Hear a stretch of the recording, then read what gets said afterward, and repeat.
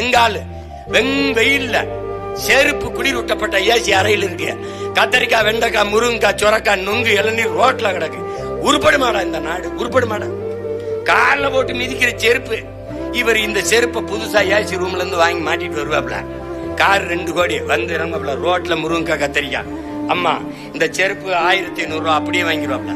5 ரூபா குறைக்க மாட்டாப்ல. இங்க வந்து கீரை கட்ட வளவ 5 ரூபாய்ங்க, கொஞ்சம் பார்த்து போட்டு கொடுங்க, 4 ரூபா கொடுக்குறேன்.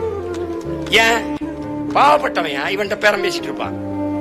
பேரம் பேசி வாங்கி இந்த கத்தரிக்காயை வாங்கி கார்ல ஏறி போவாப்ல. போய் வாசப்படியில 5000 வாங்கினார்ல செருப்பு, அதை வாசல்ல விட்டுருவாப்ல. இந்த ரோட்ல கிடந்துச்சு இல்ல, இதை அங்க கொண்டு சமையல உண்டி கழுவி சாப்பிட்டு உள்ள போட்டு வயிறு வாழ்வாப்ல. எப்படி எதியில கிடக்க வேண்டியது குளிரூட்டப்பட்டு குளிர் அங்க இருக்க வேண்டிய இடத்துல ரோட்ல கிடக்குது. அப்படித்தான் உழைக்கும் மக்கள் எல்லாம், வேளாண் பெருங்குடி மக்கள் எல்லாம் ரோட்ல கிடக்குறான்.